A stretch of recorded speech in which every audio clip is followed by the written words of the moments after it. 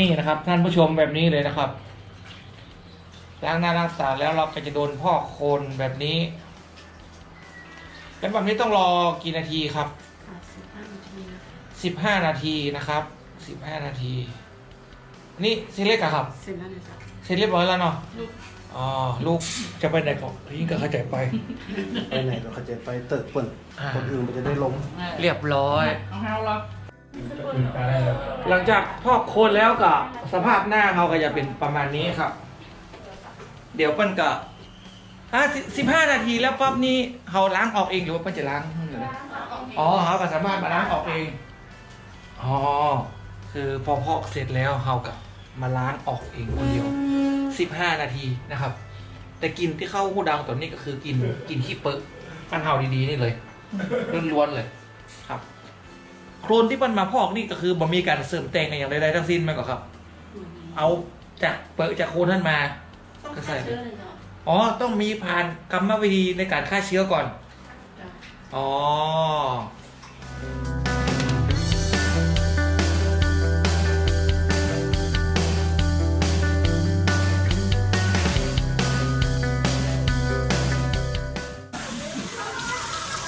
นี่คือ นี่จะเป็นน้ำแร่ค่ะ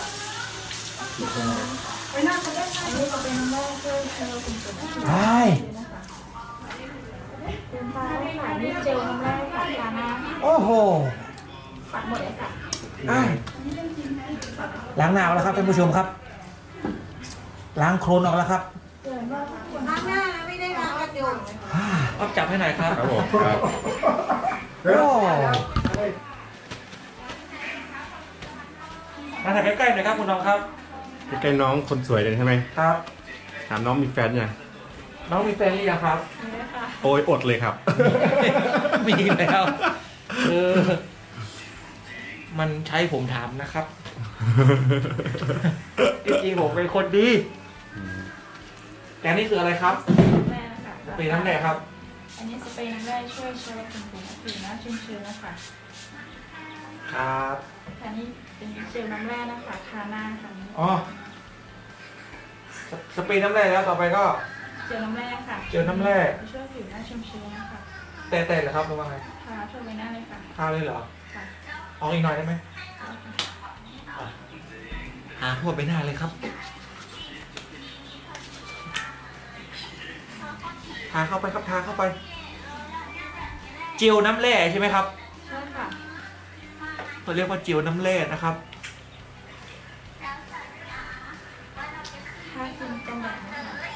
ฮะ ครีมกันแดด กันแดดไม่ทาแล้วครับ จะไม่มีแดดแล้วมั้ง ครับ